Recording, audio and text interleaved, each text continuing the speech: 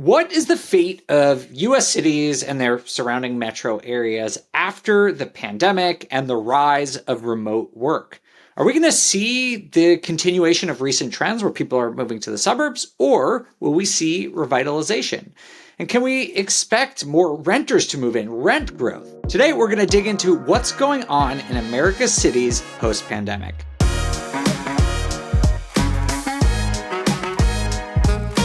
Hey everyone, it's Dave and welcome back to the On the Market podcast. Today we're talking to a fan favorite guest, friend of the pod, Richard Barkham. He is the global chief economist at CBRE. If you don't know them, they are a huge commercial real estate firm. And we're bringing on Richard today to discuss the revitalization of cities post-pandemic. He and his team have done a lot of original research about recent trends. And let me just give you a little bit of a background. But for most of the last 20, 30 years, most of the growth in real estate has come in cities.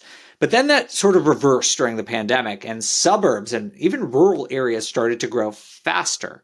And Richard's team wanted to figure out, is that going to continue or is it going to change? So that's what we're bringing on Richard for. We're also going to talk about the macroeconomic environment, inflation, rates cuts, general news. So that's the plan. We're getting into everything today. Let's bring on Richard.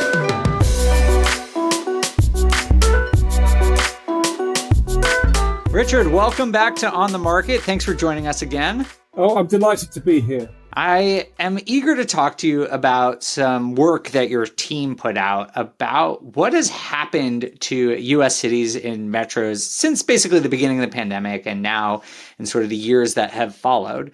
So I'd love to just ask you to lay some groundwork for us here and tell us how cities and specifically their economies have changed since the beginning of the pandemic. When the pandemic first hit and people had to isolate, it was accompanied with massively increased adoption of technologies that allow remote working. It was probably a pent-up movement, but we had a trend towards people living and working in the suburbs. So a movement to the suburbs and more time spent in the suburbs at the detriment, perhaps, of the downtown areas. We've had incessantly replayed to us in the media a kind of doom loop narrative. It's not as exaggerated as the media have laid out, but there has been more or less a permanent shift of spending, if you like, in the downtown areas, moved to the suburbs. I wouldn't overstate it. The point that our report paints out is that American cities relative to global cities, the suburbs have always been rather dynamic. Suburban living, with big houses is one of the preferences of American society. Thank you for laying that groundwork, Richard. And I'm curious if this has happened universally across the US, because a lot has been made about San Francisco or New York City and sort of a lot of the exodus and declining population from those cities. But is this happening in other parts of the country, like the Southeast? We hear so much about people moving to the Southeast. Are they moving to the suburbs or are they moving to cities? Yeah, I think there are differences between city types, and our report lays out four basic city types. We've got the super cities, which are New York and Los Angeles. We've got major cities. We call them mixed majors, which might, include Boston, Chicago, Philadelphia, San Francisco. Then we've got, what we call sprawling darlings, which are the kind of the Sunbelt cities with huge growth in population from internal migration, and that's flooding into the suburban areas. And then we've got kind of developing destinations, places like Austin, Charlotte, and Miami. And the dynamics of each of those city types is a little bit different.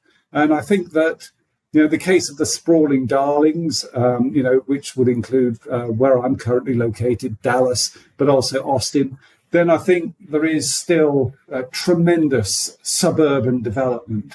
As population moves in, there is downtown live, work, play type neighborhoods, but the dominant trend there is suburbanization. But in the case of New York and Los Angeles, which you pointed to, during the pandemic, we originally did see that population was moving out. Our sense now is that the population is moving back in, and certainly in the case of New York, just an incredible demand, I think, for downtown living. Even if people are not fully returned to the office, the amenities of those super cities are just incredibly powerful magnets for people. And so the multifamily sector, both in Los Angeles, New York, running very hot at the moment. I think that sort of jives with all the other data and trends that we've been seeing around migration and patterns here. You mentioned earlier this concept of a doom loop, and you also said that it's not necessarily coming true, but could you just tell us a little bit, for those who haven't heard this term or have seen a headline and don't fully understand, what is the concept of a doom loop that everyone seems to be going on about? Well, I mean, everybody's got their own kind of doom loop, but I think what it means is that people are not working in offices. Therefore, office vacancy is elevated. Therefore, office values have fallen. And the revenue, therefore, that the city governments get from the office sector, the property-based tax revenue, has gone down. And that prevents infrastructure and service provision in downtown areas. And therefore, more people want to move out and less people want to work there. In fact, if you actually look at state and local government revenues, they've been sky high over the last 2 years. And if you look at where jobs are being created in the US economy, it's still in state and local government as a major job generator. So, some of that, elements of that doom loop just don't apply. And of course, as I previously said, for all that we still have high vacancy in the office sector, there are elements of the office market that are really thriving. And particularly in the developing destinations and the super cities, people are flocking back into those cities. They are still places that people want to certainly live, and also work, if not always 100% in offices. Right. Yeah. And a lot of the media coverage is about office buildings and office towers in particular. And from what I've read, and correct me if I'm wrong, Richard, a lot of it is those sort of more typical type offices, corporate buildings. But as you said, there are other types of office and commercial assets, even within cities, that are doing well. So can you tell us about some commercial asset classes that have proven resilient in cities? Yeah, I mean, let's start with the office sector. I mean, it's quite interesting. Our latest research, which is just being published and is available on the CBRE website, we look at what we call prime offices. So those are the best quality offices, usually the most recently built offices, maybe since 2010. And those types of offices, far from leaking tenants, are actually gaining tenants. What we call net absorption is actually really positive in those prime offices, and that the rents are holding up, the rents are growing. It's not just a question of the construction of those buildings, but those are the buildings that exist in vibrant live, work, play type environments. So I would say prime offices, even in cities, are actually thriving. When you say that they're growing in terms of occupancy and rents, is that because they were extremely low? How does that compare to occupancy levels and rents pre-pandemic? Well, I mean, I think the vacancy rates would be higher. The vacancy rates of all offices are higher than pre-pandemic. But the vacancy rates, generally speaking, I think in the office sector would be around 20%. So 20% of the stock overall is vacant. Within prime offices, I think the vacancy is sort of 12 to 14%. And it is heading down quite quickly because you've got positive net absorption. In other words, more people taking more space than they're giving up in that prime office segment, which admittedly is only 8 to 10% of the overall office sector, but it is nevertheless, very vibrant. And the thing to remember, I think, from a perspective of investment, is that the rate of completions of new offices has dropped considerably. So I can't remember the exact statistics, but it will be about 40 million square feet of offices completed this year, and maybe 15 million square feet of offices completed in 2025.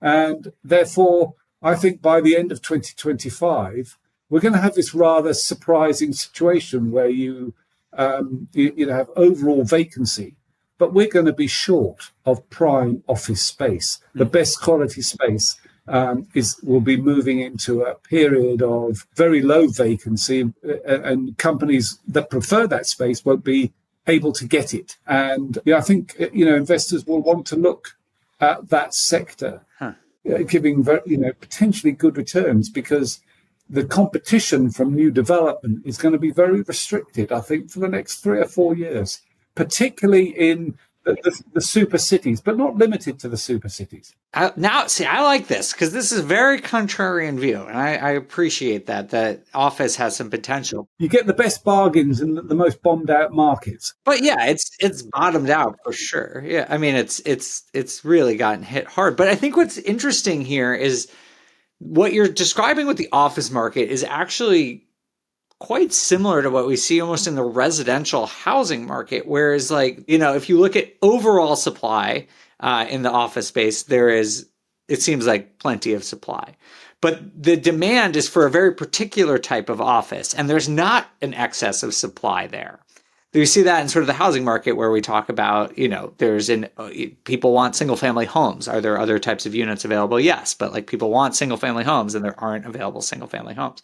So it makes me wonder if investors, if there's an opportunity to sort of retrofit or upgrade older office buildings into A-class office space, because as you're forecasting sort of demand for that particular subsection of office. Yeah, I mean, I think, funnily enough, when I was, reflecting on doing this podcast this morning and thinking about, the work that we've done just to position and explain, the evolution of cities, what would be the investment strategies?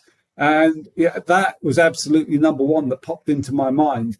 As we move forward over the next 12 to 24 months and interest rates start coming down, then I think, retrofitting offices to bring them up to a higher level of spec in the right live, work, play neighborhoods is absolutely a number one strategy. And I have to say, I may not look it, but I've been around looking at property cycles for the last 40 years, since the 1980s. And I remember actually teaching this when I was a professor, that the stage one of the office cycle always is a refurbishment strategy. That's typically how, and I think that's what's going to happen over the next 12 months. We're going to see the start of the next office cycle. People might find that strange, but there will be a cycle, and the best strategies will be around refurbishment. That is really, really interesting. It's getting me a little bit excited about it, because so much people keep talking about retrofitting offices into residential. And although that sounds amazing on paper, because we need a lot more residential, a lot has been made, and please expand on that if you could, how difficult it is to retrofit office, a lot of types of office, into residential for a host of reasons.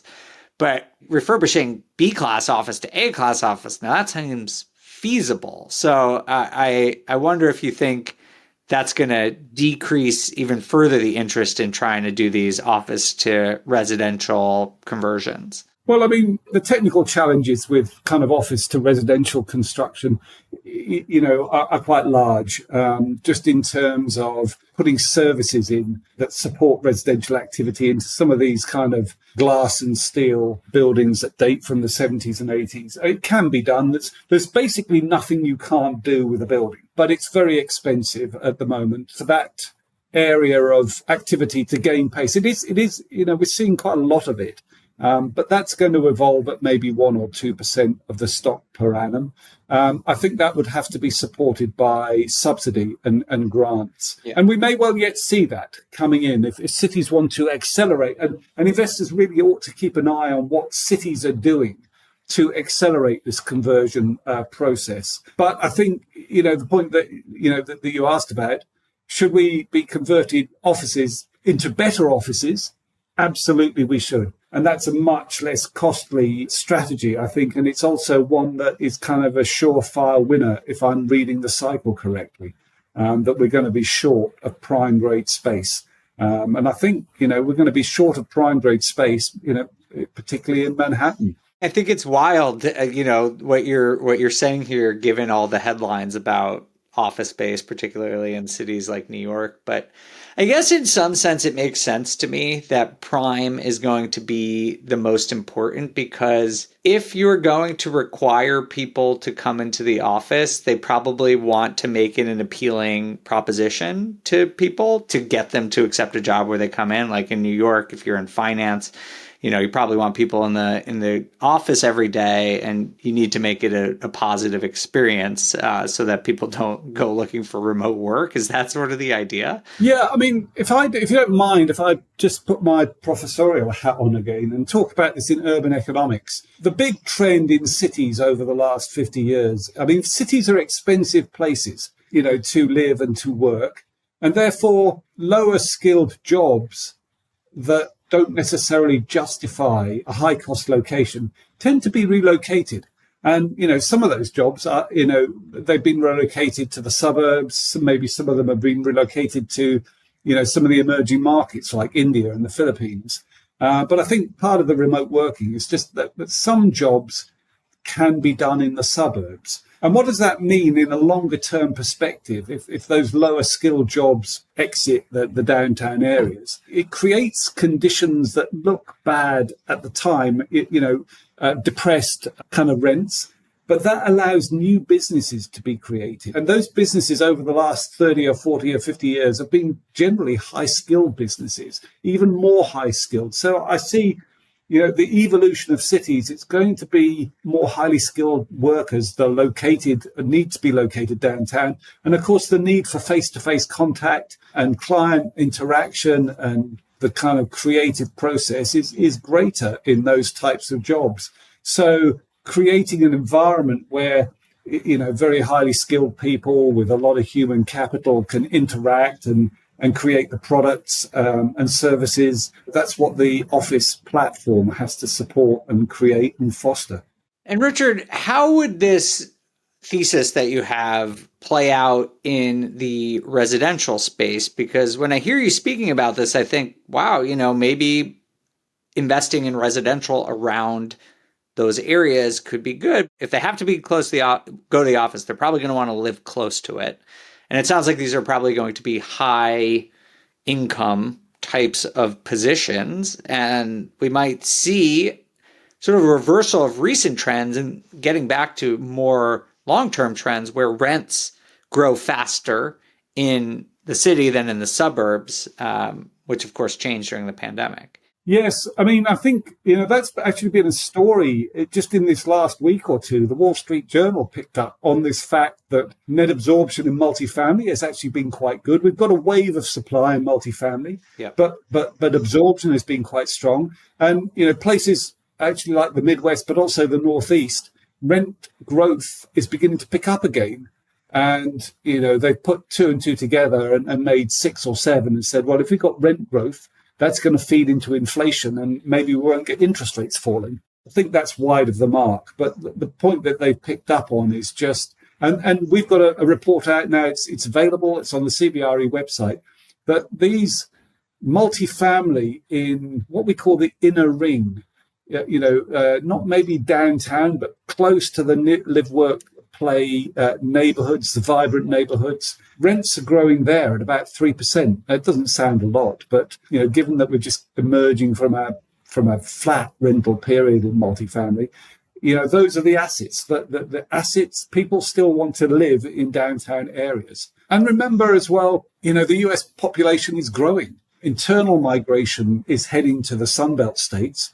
But if we have international migration, which is quite often the higher skilled people coming into work in corporate America, they tend to locate in the coastal cities. And plus, you've got a new wave of folks coming out of university wanting to live downtown. So that multifamily assets in vibrant neighborhoods, in the big cities, doing very well at the moment. I like to hear that. Just on a personal basis, my whole investing thesis for most of my investing career has been to try and be close to downtowns, like wherever I'm going. But then recently I had to, I bought my first units in the suburbs recently because things have just changed and rent has been growing so much. But I don't know, something about the downtown thing just makes sense to me. So I would love to be able to focus on in major metro areas again. It's just I get it more. I don't know. I don't want to be a person that says, all's well in every situation, but, with unemployment at 4%, with the US population growing, the economy growing, you can sort of run both strategies at the moment. I think a suburban strategy, particularly in the Sunbelt cities, particularly with vibrant, live, work, play suburbs. There are parts of the suburbs that are more highly dense, and that's a viable investment strategy. But I also think the downtown areas are a viable investment strategy. And if you've really got a long-term perspective, and not everybody can pull this off, I think the biggest gains are going to go into to invest in those downtown areas which are not fully vibrant at the moment, but might be just in the process of flipping. Yeah. They're very expensive places to live, downtown areas. And people are looking for cheaper rents. That can often be the catalyst to create, a whole new district or area, and it can come up. And I think that's where you make the biggest gains in real estate is going to the areas that are not popular, but are just on the cusp of flipping into really vibrant locations.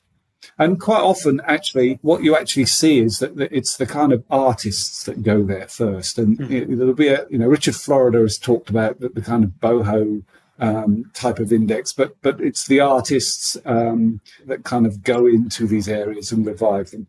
Yeah, just from personal experience, I've always found it a little bit easier to identify markets that might be on the up and up in downtown areas just because there's more compact and there's fewer of them. And when I drive around, even in a city I know very well like Denver, there's so many different suburbs. I find it very difficult to understand which one is going to become really popular and which one is going to see, good appreciation or rent growth. Whereas, in a city, maybe it's just me, but I just am able to identify that more. So I totally get that.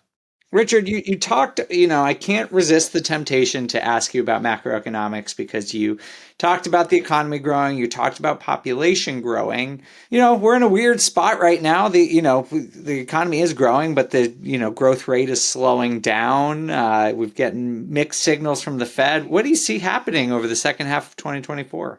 You're right. I think the economy is slowing. I think you can see it in, increasing number of indicators, and I think the Fed will be worried about that. We can see inflation is heading down, and I think most people's projection is that it will be down to around 2.5% by the end of 2025. But we've still got some areas, some pockets of concern around the inflation front. But I think on balance, we should expect maybe 1 or 2 interest rate cuts in 2024 and maybe 3 to 4 in 2025. So I think the Fed will begin to ease slightly. And one of the things I'm concerned of, if you want to look at the economics of all of this, is even though the federal funds rate has been steady now for 12 months or so, actually longer than that, because inflation has made some gains, what we call the real interest rate is continuing to increase. And I think there are signs that it's biting. Inflation gains, you mean actually going down, like improvements? That's what I meant, yes. Yeah, no, I just want to clarify for everyone that it's not going up. Yeah, that's right. But it's making the real interest rate go up. And economists like, real variables, which is the variable minus inflation. So I think the Fed will be concerned about that. I mean, the labour market is still strong, but we expect that to weaken over the course of the rest of the year. So I think cuts, we won't get a July cut, but we may well get a September cut. And can you just help explain to our audience why real interest rates are important to the economy and to the Fed in particular? Yes. I mean, I think if you look at the statistical evidence, that kind of it's always the real interest rate that does the work. I mean, if you're facing a 5% interest rate, but your revenues are going up at 3% just because of inflation, the only thing that you really need to worry about is that kind of 2% real interest rate. It's one of those variables that people don't understand, particularly in their daily lives. But if you look at the statistical evidence, it has quite a bearing on investment and consumer spending and actually real estate values as well. are actually strongly linked to the real interest rate. The other thing to remember, just on that, the issue of the real interest rate, I mean, we've had a period probably going back to the financial crisis, 2008, 2009, where what we've had is negative real interest rates. Yes. So we've not only not had a real positive real interest rate, we've had a negative one. And that's been very supportive of real estate values and economic activity. Now we've moved to a position of positive real interest rates. That's a bit of a shock, and it takes a while for that to feed through into the economy, but it is now feeding through. Well, thank you, Richard. This is very helpful and something that I think our audience could keep an eye on. It's not just looking at the federal funds rate, but the relationship between interest rates and inflation is really, really important, as Richard just showed us. Richard, before we get out of here, any last insights or information from your research that you think our audience should know as it pertains to the future of cities and real estate values in those cities? I mean, I think we do still, despite what I've just said about real interest rates, our view is, and I think it's the dominant view, that we're still going to get a soft landing in the economy. There are a number of reasons for that, despite the fact that there is some evidence of stress showing up in the consumer sector. Consumers are generally speaking in a good shape. They've got low levels of leverage and they've locked into low interest rate mortgages. So consumers somewhat resilient. And also, I think some of the government stimulus that people may have forgotten about. We've heard about the CHIPS and the IRA Act boosting investment in manufacturing structures. But you should remember the Infrastructure Act, which was bipartisan. There is a lot of construction coming on infrastructure over the next 3 or 4 years. And I think that all points to a soft landing. So a soft landing with interest rates coming down. They're not going back to the levels that we had 2009 to 2019, but they are coming down, will allow some value recovery over the next 2 to 3 years in real estate. But I think the economy is in a good place, but it is changing and cities are evolving. Investors have to really look at real estate, not just as a surefire capital growth story. They've got to be thinking about buying real estate and positioning it for a changed market environment. So, active management is really the key to unlocking real estate gains, I think, over the next 2 or 3 years. Really being entrepreneurial with the real estate that you buy, not being afraid to invest in it, and repositioning it for a new and changed world. Beautiful. What a great way to sum it up. Thank you, Richard. And if anyone wants to learn more about Richard, the report that he and his team have put out on the future of cities is amazing. Super interesting, great work that we will link to. We'll also put all the other contact information in the show notes below. Richard, thank you for joining us. And to all of our listeners, thank you so much for joining us today. We'll see you very soon for another episode of On the Market. Pleasure. Thank you for having me. On the Market was created by me, Dave Meyer, and Kaylin Bennett.